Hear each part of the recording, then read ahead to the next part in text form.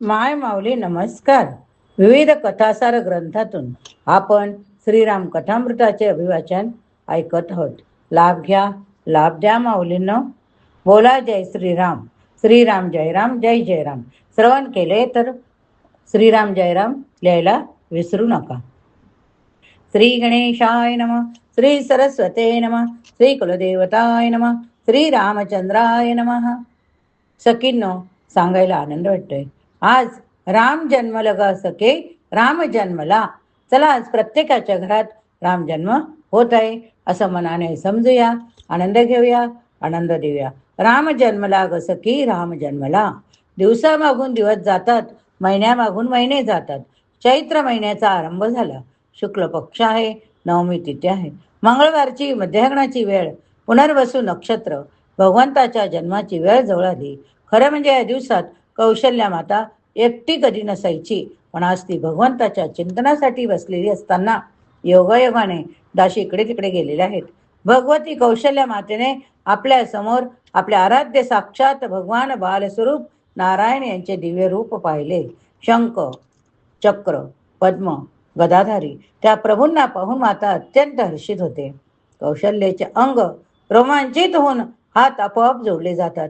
ती भगवंताच्या अतिव दिव्य रूपाची स्तुती करते. भगवंत म्हणाले, आई मी तुझ्या तपाने अंश होऊन तुझा पुत्र म्हणून येतो आहे.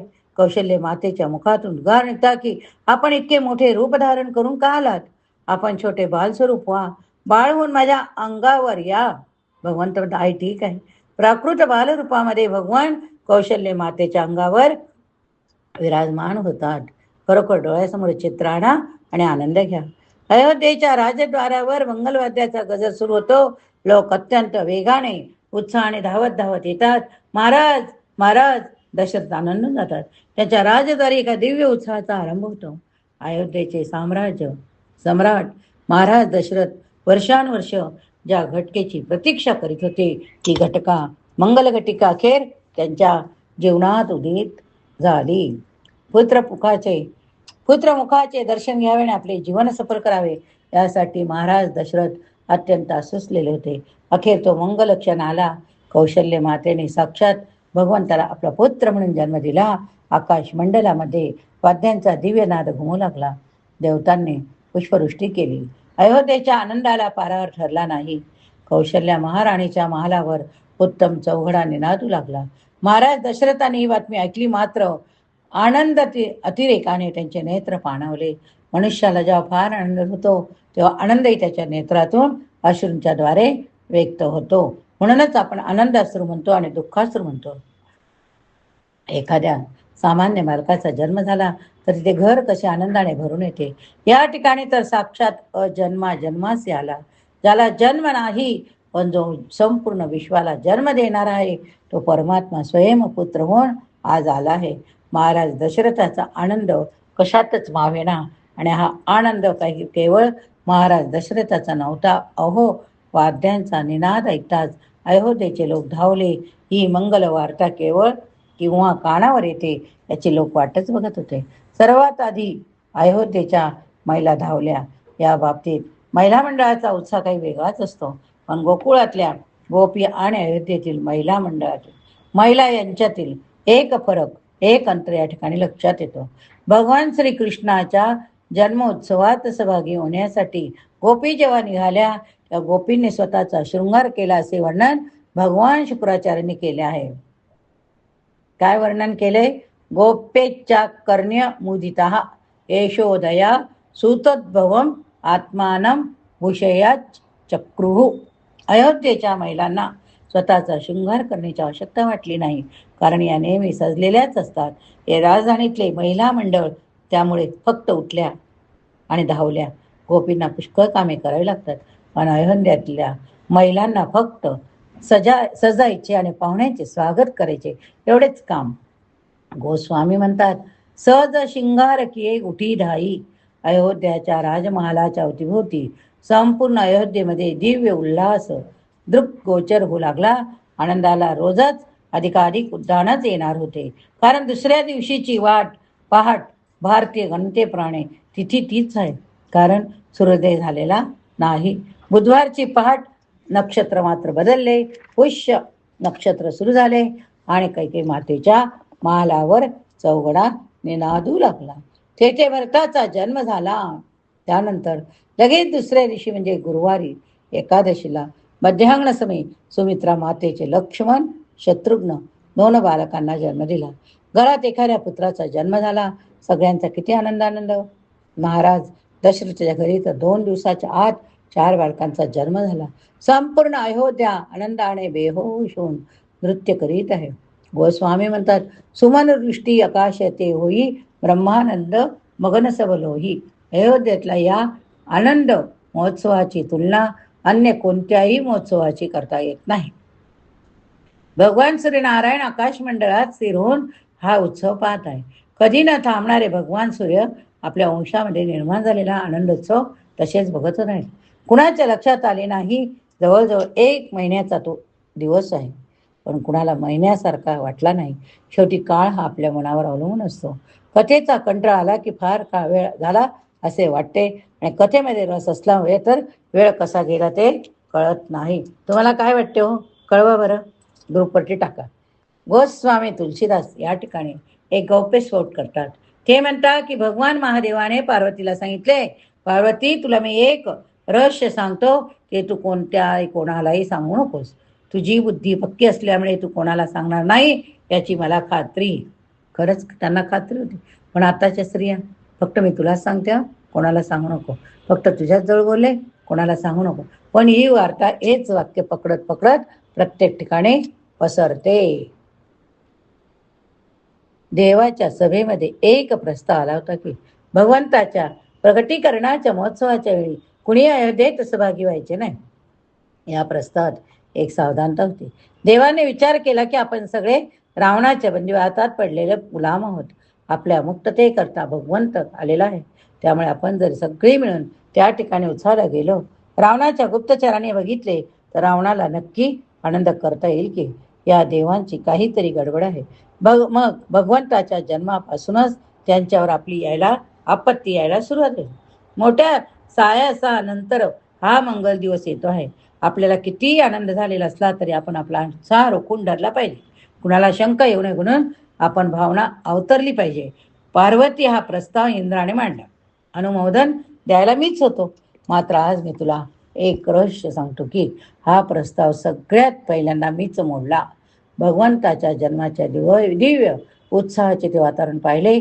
मला उगे राहावे ना. शेवटी विचार केला की जे काही होईल ते नंतर बघू. मला तर नेम मोडायचा होता. पण मी नेम मोडणारा आणखी एक गाठला. हेतू हा की सगळे प्रकरण आपल्या एकट्यावर शकायला नको. अर्थात कुणाच्या लक्षात येणार नाही याची आम्ही काळजी घेणारच होतो. मी काकभू शुंडी यांना विचारले ते अगदी माझ्या पुढे तयार झाले. कारण त्यांच्या अंतःकरणात प्रभू रामचंद्राच्या बद्दल विलक्षण भक्तिभाव होता. आम्ही दोघांनी मानवी रूप धारण केले. दोघे जण अयोध्येच्या राजमार्गावरून गल्ल्यांमधून नुसते हिंडत राहिलो. तो महोत्सव पाहून, अयोध्येच्या लोकांचा उत्साह पाहून आमच्या डोळ्यांचे पारणे फिटले. भारतीय परंपरेमध्ये पुत्र जन्म हा फार फार आनंदाचा उत्सव मानला गेला. अजून सुद्धा आनंदाचा उत्सव मानला जातो आणि पुढे पण मानला जाईल. येथे कन्या जन्म सुद्धा अभिप्रेत आहे. घरामध्ये बालकाचा जन्म होणे हा कसा आनंदाचा क्षण याचे फार सुंदर वर्णन कालिदासांनी शाकुंतलमध्ये केले. शाकुंतलमधील तो श्लोक जर्मन महाकवी गटे यांनी वाचला आणि तो शाकुंतल मस्तकावर घेऊन नाचू लागला. शाकुंतलमध्ये कालिदास म्हणतो, कालिदास काय म्हणताय ते आपण ऐकूया चला. लक्ष दंत मुकुला निमित्त्याः स्वैरवेतः वर्ण रमणीयत्व रमणीवय वच प्रवृत्तीन अंकाश्रय प्रणयी नस्त नया न वहंतो धन्यास्त दंगरसा जसा मालिनी भवंती. मी मुद्दाम एक एक शब्द वाचून सांगण्याचा प्रयत्न यात करते, कारण पूर्ण श्लोक जर बोलला तर लक्षात राहत नाही. आपल्या घरातले छोटे बालक आठवा. अजून त्याला छोटे छोटे दात येत नाही. अशा अवस्थेत तो बोबडे बोलतोय. त्याचे बोलणे काही व्याकरण शुद्ध नसते. ते लहान निरागस बालक उगाच हसत असते. मोठ्या माणसाला निरागसपणे हसता येत नाही.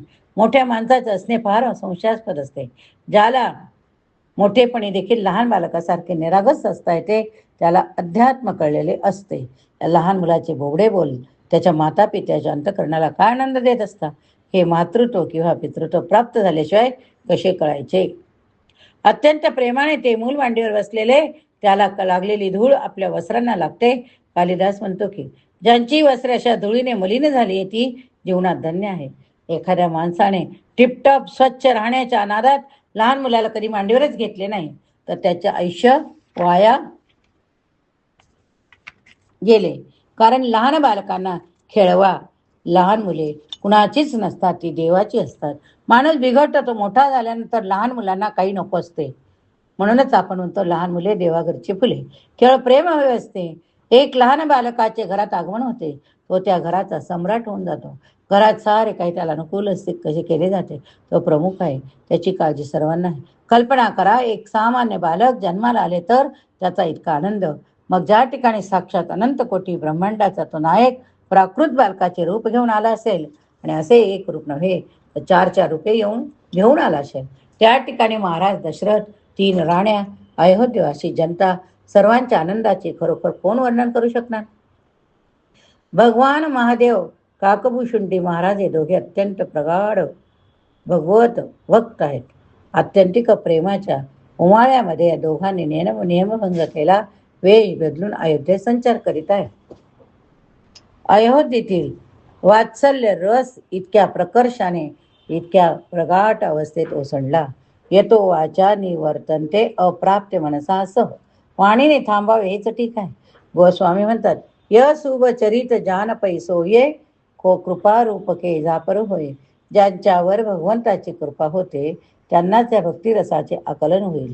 भक्तीचे आख्यान ऐकणे ही गोष्ट वेगळी गोष्ट, आणि भक्तिरसात मज्जित होणे ही वेगळी गोष्ट. कथा ही नुसते ऐकण्याकरता नसून भक्तिरसात डुबण्याकरता. महाराज दशरथांनी वारंवार महर्षी वशिष्ठांच्या चरणी प्रणाम केले. त्या बालकाच्या जन्माचा जातकर्म संस्कार तर आटोपला होता. आता पुढच्या संस्काराचा आरंभ व्हायचा. शौच निवृत्तीनंतर महर्षी वशिष्ठांना बोलवण्यात आले. अत्यंत श्रद्धेने महाराज दशरथांनी त्यांना प्रार्थना केली, गुरुदेव, कृपा करून आपण या बालकांचे नामकरण करावे. हे बाळे तुमचीच आहेत. महर्षी वशिष्ठ त्या बालकाकडे पाहतच राहतात. महाराज दशरथांना ठाऊक नाही की आपल्या पोटी जन्माला आलेला हा श्रीराम नेमका कोण आहे, पण वशिष्ठ मुनींना ते ठाऊक होते. आता आपण पुढच्या भागात बघूया प्रभू रामचंद्राचे नामकरण म्हणजेच बारशे. चला आता पुढच्या वेळेत आपण आपल्या घरात बारशे करूया बरं का रामाचे, म्हणजेच रामाला पाळणा म्हणूया. चला सगळ्यांनी पाळण्याचे व्हिडिओ टाकायचे, ज्यांना ज्यांना करता येईल त्यांनी जरूर करा. जर श्रवण केले तर लिहा जय श्रीराम.